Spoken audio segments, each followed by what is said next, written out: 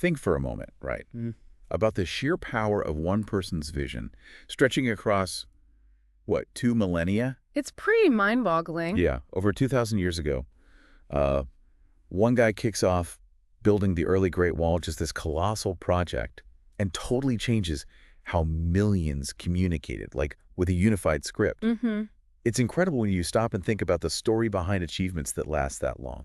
So let's really get into it. Yep. We're diving deep into the fascinating, often contradictory story of Qin Shi Huang, the first emperor of a unified China. Absolutely. And the material you've shared, it's a gold mine, really. So much information about this really pivotal figure. Right. What jumps out at me straight away is just the scale of his ambition. And, the consequences, good and bad, that we're still talking about today. He really did shape Chinese history in such profound ways. Exactly. So our mission here, if you like, is to go beyond just listing facts. We want to pull out the crucial stuff, really get a handle on Qin Shi Huang's significant, his methods, what drove him, and all the controversies that still swirl around him. Makes sense. We're mostly looking at the Vietnamese Wikipedia page for Qin Shi Huang, which honestly is surprisingly thorough. It covers everything from his mysterious early life right up to how he's shown in movies today. It's a great starting point. So where better to start than the start? His early years are already kind of murky, aren't they? Oh, definitely. He was born Ying Zheng. Ying's the family name. But then you also see clan names like Zhao or Qin thrown around. It reflects how complex naming was back then in ancient China. Okay. But the real head scratcher is his dad. Officially. Son of King Zhuangxiang of Qin. Simple enough. Right. But there's this other theory, a really persistent one, that his actual biological father was Lu Buwei, a super influential, a very wealthy merchant. Ah, Lu Buwei. Okay, yeah, the sources definitely mention both stories. The official one's straightforward. But this Lu Buwei idea, it keeps cropping up, doesn't it? What's the evidence or, the arguments behind that version? Well, the main thing is that his mother, Zhao Ji, she was Lu Buwei's concubine first, before she married King Zhuangxiang. Right. So the timing of her pregnancy, when Lu Buwei gave her to the king, that's the key point people seize on. But, it's important, and the source mentions this, lots of scholars think it's pretty flimsy. Why is that? They point to how long the pregnancy supposedly lasted.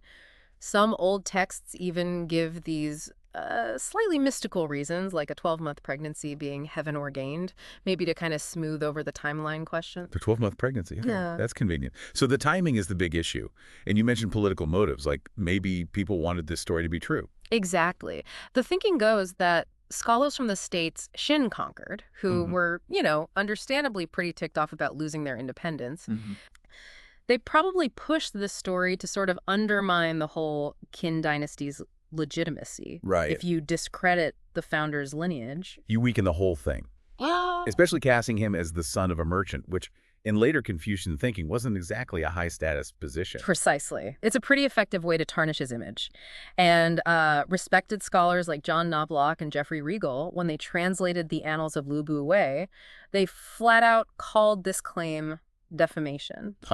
Plus, there was a Qing Dynasty scholar, Liang Yuxing, who really dug into Sima Qian's original history. He found this potentially ambiguous phrasing about the pregnancy, like it said she was already pregnant, but also used a term that implied a full-term birth. So maybe Sima Qian knew about the rumors, but couldn't definitively prove or disprove them. That's the idea. It shows how these historical stories get shaped and, fought over even centuries later. Fascinating. And all this drama is swirling while young Zheng is basically a hostage, right? That sounds incredibly precarious for a kid. It really was. His father, Ying Yiren, who later became King Zhuangxiang, he was a hostage in Zhao's state. He was supposed to guarantee peace. Yeah. But King Zhoxiang, Zheng's grandfather, had tons of sons, like over 20. So Yiren's chances of actually becoming king seemed pretty slim. But Lu Buwei, ever the strategist, saw an opportunity. He poured resources into boosting Yiren's status back in Qin. Then, when King attacked Zhao, Yiren's life was suddenly in huge danger. Right, because he was the Qin hostage in Zhao. Exactly. He managed to escape with Lu Buwei's help, but Zhao Ji and little Zheng got left behind in enemy territory. They could easily have been killed. Wow. So how did they survive that? A mother and child stuck like that?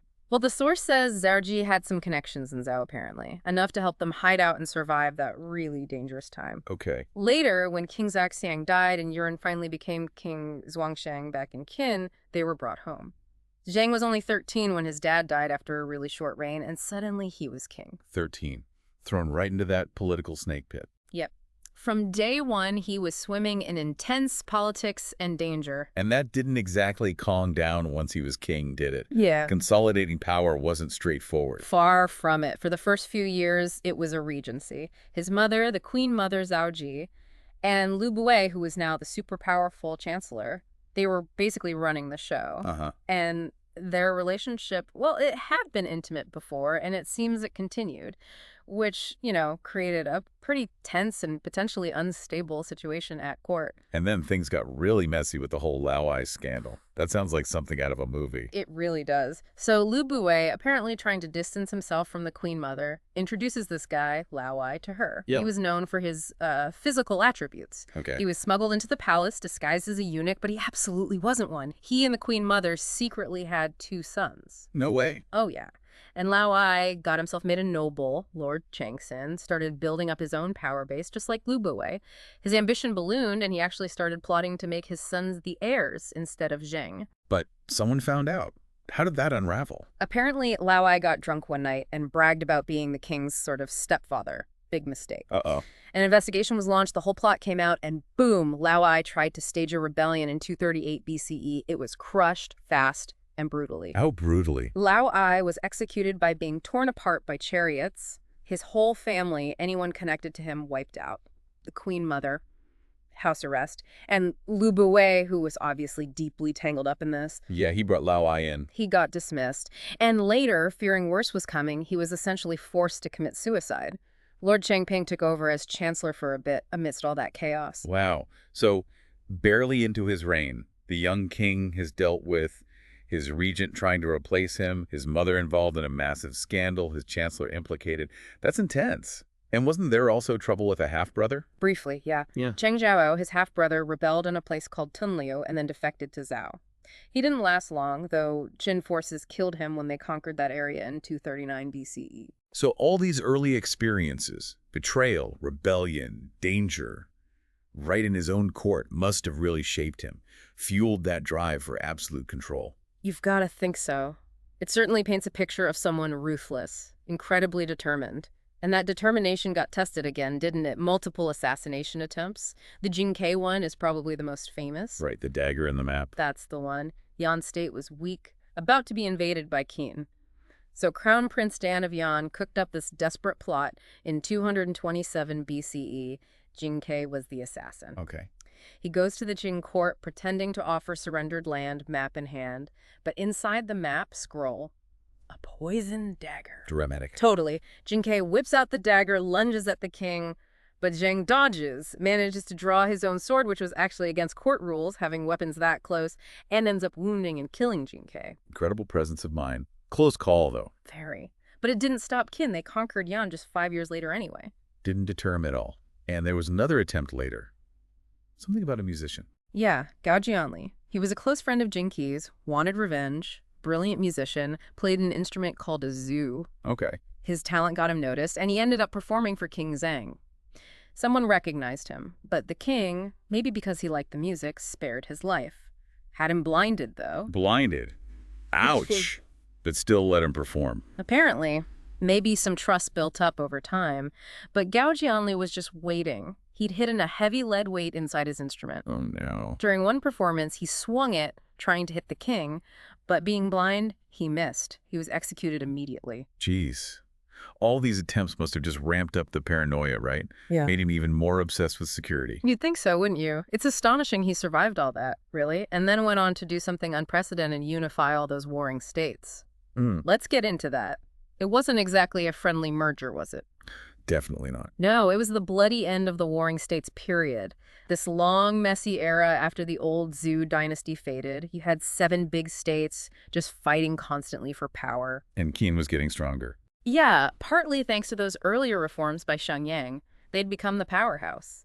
And their strategy, as the source says, was basically make friends with the states far away Attack the ones nearby. Classic divide and conquer. Ruthlessly effective.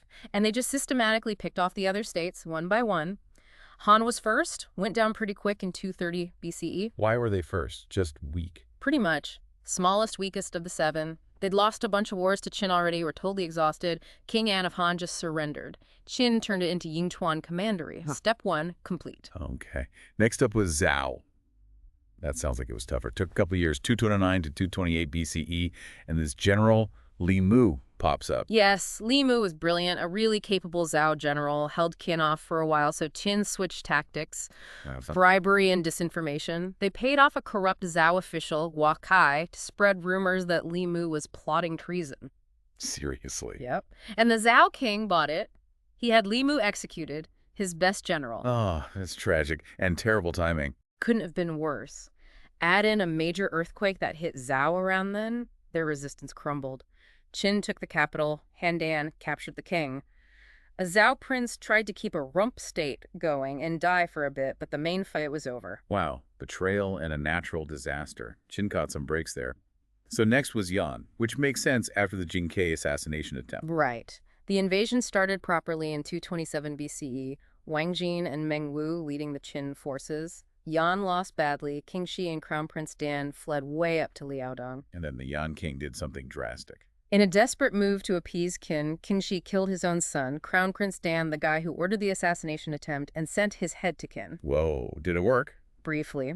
Qin paused the attack for a bit, but came back and finished Yan off completely in 222 BCE.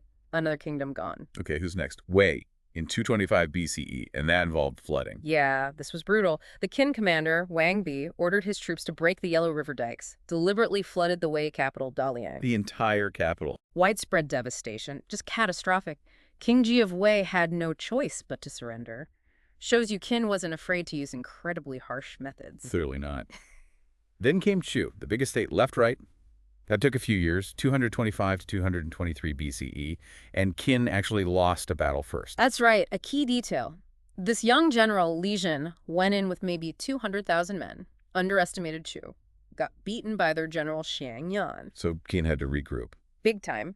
King Zheng recalled the veteran general Wang Jin out of retirement, gave him a massive army, like 600,000 men, huge for the time. 600,000. And Wang Jin was patient, didn't rush, eventually wore Chu down, captured their king Fuchu. Zhang Yan tried to rally resistance, even set up another king briefly, but Wang Jin crushed them. Killed Zhang Yan, killed the last Chu king. Chu was finished in 223 BCE. So after Chu, it was pretty much game over. Essentially, the leftover Zhao forces in Dai were mopped up in 222 after Yan fell. And finally, Qi in 221 BCE. That one sounds almost anticlimactic. Us. Well, Qin basically manufactured a reason to attack, saying Qi's border defenses were hostile. But Qi had been peaceful for ages, wasn't ready for war at all. When the Qin army rolled in from the north, King Jan just surrendered. And that was it. 221 BCE. China unified for the first time. A huge moment. Absolutely transformative. And that's when Yingzheng becomes Qin Shi Huang, the first emperor. That title change was a massive statement, wasn't it? Not just a new name. Oh, completely. He deliberately picked a title that broke from the old Zhou dynasty kings. Huangdi, he took those terms from the legendary 3 sovereigns and 5 emperors of mythology. Right, linking himself to those ancient, almost godlike figures. Exactly. Saying, basically, my achievement surpasses even theirs. And like the source says, imperial orders became Zhao and Zi. He started using the royal Wei Zin exclusively, and he scrapped the old tradition of giving emperors posthumous names. Instead, he wanted second emperor, third emperor. And so on, for 10,000 generations. He really thought his dynasty would last forever. The Shi, the first, really hammers home that idea of a completely new beginning. And the whole 5 elements thing. Qin being water, putting out the Zhu's fire. More symbolic justification. Precisely. Every detail, the title, the protocols, it was all carefully crafted to cement his unique, supreme authority and make a clean break with the past. Okay, so he's unified the territory, declared himself emperor. Now he has to actually govern this massive, diverse place, which leads to all those sweeping reforms. The administrative changes sound like they were fundamental. Absolutely crucial. He completely ditched the old feudal system where lords ruled hereditary lands. Instead, he set up a centralized bureaucracy. The empire was split into, initially 36, later 40, commanderies like provinces. Governed by. Officials appointed directly by him, not local nobles, people who owed their jobs entirely to the emperor. And they could be fired. These commanderies were split into counties, districts, right down to villages, a clear hierarchy top to bottom. So direct imperial control everywhere. Pretty much. You had civil governors, military commanders in each commandery, and imperial censors keeping an eye on them, reporting back to the center. Plus, jobs were based on merit, ability, not who your dad was. That was a huge shift. And it broke down those old state loyalties. People were now subjects of Qin first. That was the goal, to create Qin subjects, not people of Chu or Yan or whatever, erase those old identities, a total overhaul of power structures. And it wasn't just government. He standardized basically everything else too, right? Economy, writing. Yep. Think about trying to run an empire where every region has different weights, different money, different widths for cartwheels. Chaos. Right, so unified weights and measures, unified currency. Standardized axle lengths seem small, but huge for making roads work efficiently. He built roads, canals like that Linkway Canal down south, linking everything up. And the writing system. Critically important. Under his advisor, Li Si, they standardized the script, took all the different variations from the old states, and created one official version, essential for sending out laws, collecting information, just governing effectively across that vast space. A unified script is foundational, really. You can see why. Imagine trying to rule without everyone literally being on the same page. And all this practicality was backed by a specific ideology, wasn't it? Legalism. Very much so. We mentioned the 5 elements theory, Qin as water, black as their color, ritually replacing the zoo's fire. But for day-to-day governing, legalism was king. Which meant? Strict laws, harsh punishments, consistently applied. That was seen as the best way to keep order. Obedience to the emperor and the state was paramount. Individual rights, not really a thing. And certain groups, like merchants and scholars who didn't toe the legalist line, were viewed with deep suspicion. Which brings us to the really infamous part. The burning of books and burying of scholars. That's probably what many people know him for. What actually happened there? It's grim. In 213 BCE, Li Si, the legalist chancellor, convinced the emperor that scholars were using old texts, histories of other states, Confucian ideas to criticize the government, undermining unity. So the solution was? Burn the books. A massive bonfire. Most books were ordered destroyed. Exceptions were made for practical stuff, divination, farming, medicine, mythology, and crucially, the official history of Qin itself. And the scholars. A year later, 212 BCE, the story goes, and again, numbers are debated that hundreds of Confucian scholars, maybe 460, were executed, traditionally said to be buried alive, for owning forbidden books or speaking out. Buried alive. Jeez. His own son, Crown Prince Fusu, actually protested against this, which got him sent off to the northern border to supervise the Great Wall construction. Didn't end well for Fusu later either. Were copies of the books kept anywhere? Apparently, yes, in the imperial library. But most of those were destroyed later when the dynasty fell and palaces burned. So, a huge loss of knowledge. Confucianism, with its focus on ethics and tradition, was a particular target because it clashed so much with legalism's raw power politics. A brutal way to enforce ideological conformity. Right. And even with all that going on, another assassination attempt. The one with the mallet. Yep, 218 BCE. Zhang Liang, an aristocrat from the old Han state, obviously hated Qin. He hired a strong man to basically hurl this massive iron mallet at the emperor's carriage during a tour. Did it work? Missed. Hit the wrong carriage in the procession. Pure luck for Qin Shi Huang.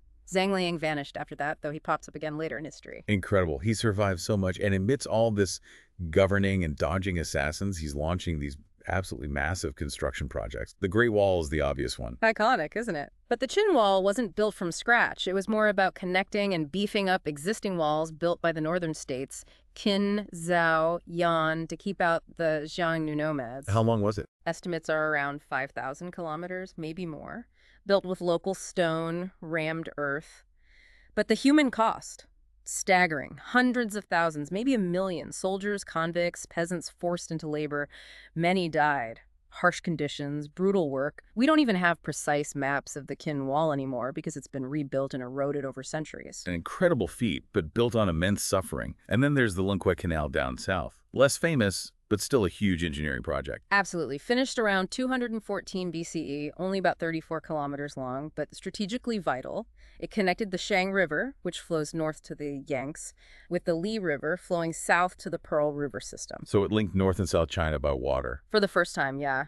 Crucial for getting supplies down to his armies campaigning in the south. It's considered one of the great ancient Chinese engineering feats. Really clever hydraulics. And palaces, he built loads of those too, didn't he?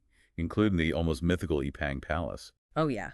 The Yipang Palace, south of the capital Xianyang, was meant to be unbelievably huge and extravagant, a massive symbol of power. Historical accounts talk about, like, 700,000 laborers working on it in the tomb complex. 700,000. Sima Qian wrote it could hold tens of thousands of people, probably exaggerated, but it gives you an idea.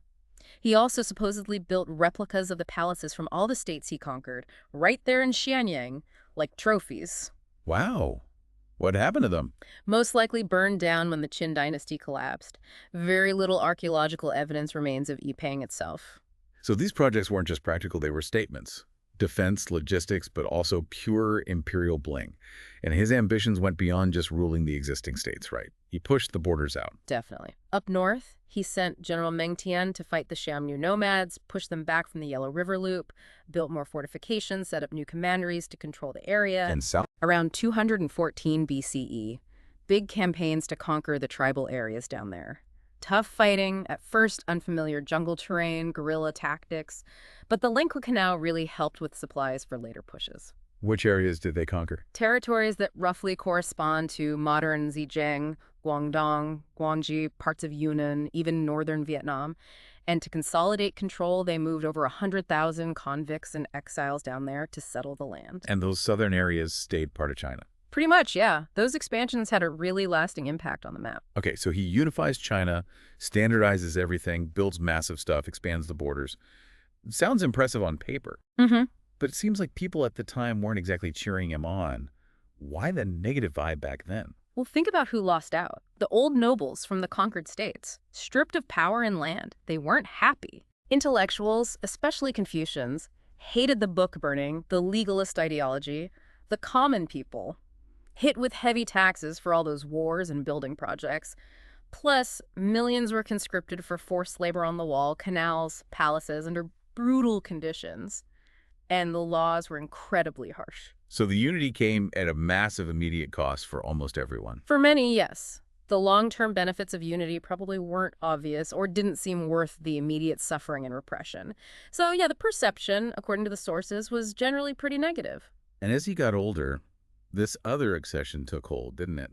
The search for immortality. Yeah, apparently he developed a massive fear of death, became desperate to find an elixir of life, fell prey to all sorts of alchemists and magicians promising eternal life. Like visiting Zifu Island. Right, supposed to be a place linked to immortals.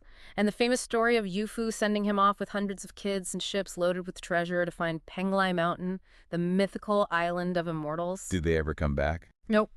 Legend says they ended up colonizing Japan, but who knows? Some historians even think the book burning was partly to get scholars focused on alchemy instead, and if they failed to find anything, execution.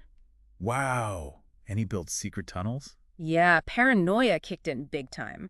Secret passages in his palaces, supposedly to hide from assassins or evil spirits. A man consumed by fear in his final years. Which weren't that far off. He died relatively young, didn't he? In 210 BCE, while on a tour. And there are some strange signs beforehand, like a meteor. Yeah, the year before, 211 BCE, a meteor reportedly fell, and someone supposedly carved an inscription on it saying the emperor would die and the empire would break apart. Ominous. How did he react? Furious. Demanded to know who did it, no one confessed, so he had everyone living near the impact site executed, and destroyed the meteor itself. Yikes. He died the next year on that eastern tour, in a place called Shiki, only 49.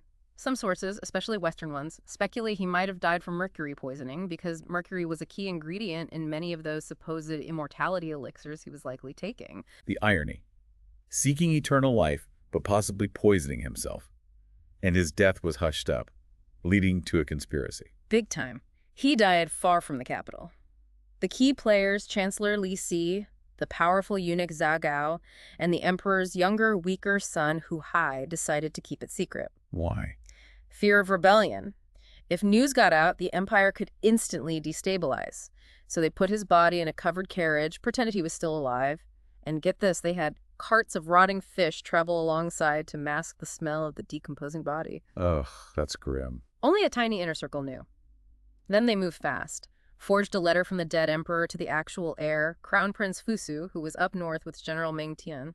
The letter accused them of disloyalty, ordered them to commit suicide. And Fusu. Tragically, he was known for being dutiful. He obeyed the order and killed himself. At the same time, they faked another decree naming Hu Hai as the successor. And it worked. Perfectly. Hu Hai became Qin Shi, the second emperor, a swift, ruthless coup. But one that backfired spectacularly for the dynasty itself. Because Hu Hai was no Qin Shi Huang, was he? Not even close. Incompetent, cruel, totally manipulated by Zhao Gao. Misrule led to instant resentment. Within a year, massive revolts broke out Chengsheng, and Wu Guang's uprising is the famous one. And the dynasty collapsed. Totally. The Qin dynasty, the one meant to last 10,000 generations, gone by 206 BCE, just 15 years after Qin Shi Huang unified China. Incredible irony. A truly meteoric rise and fall. But even in death, his legacy is just monumental, literally. That tomb complex is something else. It's staggering. The scale is immense. Again, maybe 700,000 laborers worked on it for decades. It's laid out like a replica of the capital, Shanyang, with inner and outer city walls and underground empire. And the main tomb hasn't even been opened. Still sealed. Archaeologists think it's probably intact. Imagine what treasures might be inside. And then, of course, the Terracotta Army. Discovered by accident in 1974. Just wow. One of the greatest archaeological finds ever. Farmers digging a well stumbled upon this army of, maybe 7,000 life-size terracotta warriors, each one unique. Incredible detail. Plus horses, chariots, all arranged in battle formation, meant to guard him in the afterlife. And thousands of real bronze weapons were found, too. Just breathtaking. An entire army, frozen in clay. And Sima Qian wrote about even more stuff inside the main tomb. Palaces, treasures, rivers of mercury. Yeah, sounds fantastical, right? Replicas of palaces, loads of treasure, and rivers and seas made of flowing mercury to represent China's waterways. But here's the kicker. Modern soil tests around the tomb mound show really high mercury levels. Seriously. So Sima Qian might have been right. It lends surprising weight to his account. And to keep it all secret, he supposedly had most of the tomb builders executed after it was sealed. Chilling. A grand, mysterious tomb for a grand, mysterious ruler. What about his actual family? Did he have many kids? Sources say around 30 sons and 15 daughters, but honestly, most of their names are lost to history. Any notable ones? Well, Fusu, the original heir. Hu Hai, the second emperor. Ziying, who was the very last Qin ruler, briefly. A few others are named, like Gao and Xianglu. Tragically, Hu Hai apparently had 10 of his sisters killed to remove rivals. Brutal. Though interestingly, they found a ring once with an inscription suggesting one daughter was named Yangzi, a tiny personal glimpse. And we know Li Si's sons married imperial princesses, showing how tangled the elite families were. But despite all the kids and concubines, no official empress was ever named in the main records. A large family, but mostly footnotes to his story. Okay, let's talk about how shaped by Confucian scholars seems pretty harsh. Yeah, for centuries, that was the dominant narrative. Qin Shi Huang, the cruel tyrant, obsessed with power, paranoid about assassins. The Confucians really condemned the book burning and scholar burying, saw it as an attack on morality, history, everything they valued. They listed his 10 crimes. Jie's essay blaming the Qin collapse on its lack of kindness and justice was hugely influential. But that view changed, especially more recently. It did, significantly. Late 19th, early 20th century, China was facing foreign pressure, nationalism was rising. Suddenly, Qin Shi Huang, the unifier, looked, well, more positive. How so? His achievement in creating a strong, centralized state seemed necessary for building a modern China that could stand up for itself. The Great Wall became a powerful symbol of national defense. The Guomindang, the nationalists, often praised his unifying role. Historians like Ma Feibai wrote biographies casting him in a much more heroic light. Interesting shift. And after 1949, with the communists, how did they see him? Marxist historians had a more complex take. Yes, he unified China, standardized things, those were seen as historically progressive steps. But they argued these actions mainly benefited the ruling landlord class, the dynasty's quick collapse. That was explained as class struggle, the people rising up against oppression. So acknowledging the achievement, but framing it within Marxist theory. Okay, so where does that leave us today? What's the general view of him now? Sounds like it's more nuanced. Generally, yes. He's seen as this hugely significant, visionary figure who ended centuries of war and created the blueprint for imperial China. The unification, the standardization, those are recognized as massive achievements. His personal quirks, like the immortality obsession, maybe get less emphasis than in older accounts. But the ruthlessness isn't ignored. No, there's an acknowledgement of the brutality, the suppression, the human cost, especially considering the context of that incredibly violent era. And people still debate why the dynasty fell so fast, class struggle, maybe inherent flaws in the system he built. But the bottom line is, despite his dynasty lasting only 15 years, he laid the foundations for over 2,000 years of imperial rule in China. His impact is just undeniable. It's amazing how his story keeps getting retold and reinterpreted, and he clearly captures the imagination, popping up all over popular culture. Oh yeah, he's everywhere, isn't he? Novels, historical, fantasy, even sci-fi. Movies, big epics, different actors giving their take on him, lots of TV series, especially from China. Video games feature him. There's even an opera, songs. Jorge Luis Borges wrote that cool essay, The Wall in the Books. Documentaries galore. He's just one of those figures who continues to fascinate. Absolutely. A truly towering figure. So, wrapping up this deep dive, what are the key things to take away about Qin Shi Huang? He's clearly way more than just a name. For sure. We've seen how he violently forged a unified empire from warring states, how he imposed sweeping reforms, standardizing administration, economy, writing, undertook those mind-blowing construction projects, the wall, the canal, the tomb, but also how his rule was deeply authoritarian, built on suppressing dissent and immense human sacrifice, and yeah, how his legacy is still argued over tyrant or visionary founder. Exactly. And hopefully this conversation has given you, our listener, a good, solid understanding of this super complex and important historical figure. Maybe some aha moments, a better sense of his lasting impact without getting totally bogged down in dates and names. And it leaves you with a big question to chew on, doesn't it? Can a legacy built on such ruthlessness, on crushing freedoms, on so much suffering, can that ultimately be judged as good just because the achievement unification was so huge and lasting? Right. Did the ends justify those incredibly brutal means? It really makes you think about power, unity, and the long, long shadow historical actions can cast. His story is a powerful reminder that history is rarely simple and often deeply uncomfortable.